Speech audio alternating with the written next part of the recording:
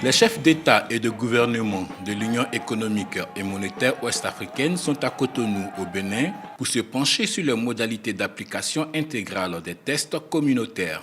Le président de la République, Alassane Ouattara, est arrivé à l'aéroport international Cardinal Bernardin Gantin de Kadjehoun aux environs de 10 h heure locale, soit 9 h heure d'Abidjan, ce lundi 19 janvier 2015. Le chef de l'État a été accueilli au bas de l'échelle découpée par son homologue béninois Thomas Yahi Boni. Le président de la République s'est dit heureux d'être à Cotonou pour prendre part à la 18e session ordinaire de l'UEMOA, un sommet qui pour lui se tient à un moment crucial au plan de l'intégration.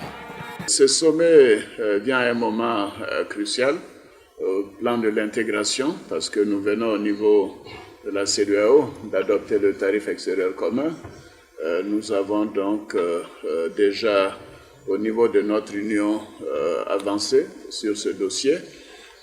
Les économies se portent de mieux en mieux dans la zone et bien évidemment la croissance est forte, notamment en Côte d'Ivoire où nous avons quasiment une croissance à 2 chiffres depuis 2012.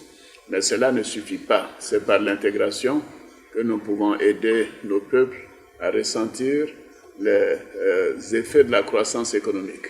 Cela veut dire que nous devons investir beaucoup plus dans l'éducation, dans la santé, dans les infrastructures, l'eau potable, etc. Et c'est l'objet de ce sommet, de voir comment renforcer notre intégration, comment faire en sorte que les ressources qui sont collectées servent au bien-être, au mieux-être, je devrais dire, des populations. Donc, Président, merci de votre accueil. C'est un palais des congrès de Cotonou très surchauffé et rythmé par des danses du terroir béninois qui a accueilli les chefs d'État et de gouvernement de la zone UEMOA. Ils ont ainsi réaffirmé à Cotonou leur volonté commune d'améliorer le processus d'intégration par la redynamisation de la mise en œuvre des réformes d'application des tests communautaires. L'occasion leur a aussi été donnée pour se pencher sur la rentrée en vigueur du tarif extérieur commun dans l'espace CEDEAO et ses éventuelles répercussions au sein de l'UEMOA. Après l'évaluation du processus d'intégration, les résultats selon le président du Conseil des ministres de l'UEMOA, Gilles Bayé, sont encourageants. Au plan économique, la reprise amorcée au sein de l'UEMOA en 2012 et confirmée en 2013 s'est poursuivie en 2014. En effet, l'année 2014 a été marquée par une nette progression de l'activité au sein de l'Union. Le produit intérieur brut de l'Union s'est accru de 6,8% contre 5,8% en 2013. Dans un contexte de faible inflation, la Banque centrale a mené une politique monétaire accommodante en maintenant ses taux directeurs à leur plus bas niveau historique et en accroissant ses refinancements. En 2014, les bonnes performances économiques de l'Union ont été obtenus dans un environnement sociopolitique et sécuritaire globalement apaisé, conforté par l'acte additionnel relatif à la paix et à la sécurité adopté par votre conférence. Le président en exercice de l'UEMOA, Yahi Boni, a relevé que c'est par l'intégration que les populations de l'espace UEMOA vont ressentir les effets de la croissance économique.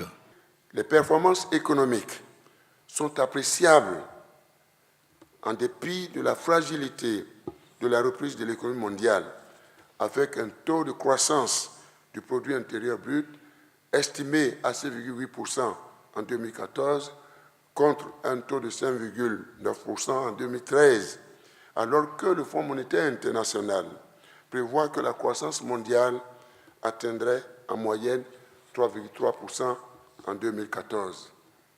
Comme en 2013, cette évolution économique dans nos États serait consolidée en 2015 avec un taux de croissance prévisionnel de 7,4%, dû au regain de dynamisme des secteurs agricoles et industriels, ainsi que par les performances dans les bâtiments et travaux publics.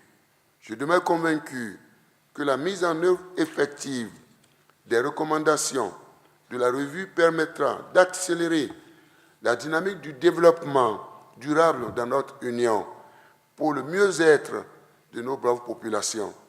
Nous devons tout particulièrement être proactifs pour faire face aux perpétuelles mutations que connaît notre monde d'aujourd'hui.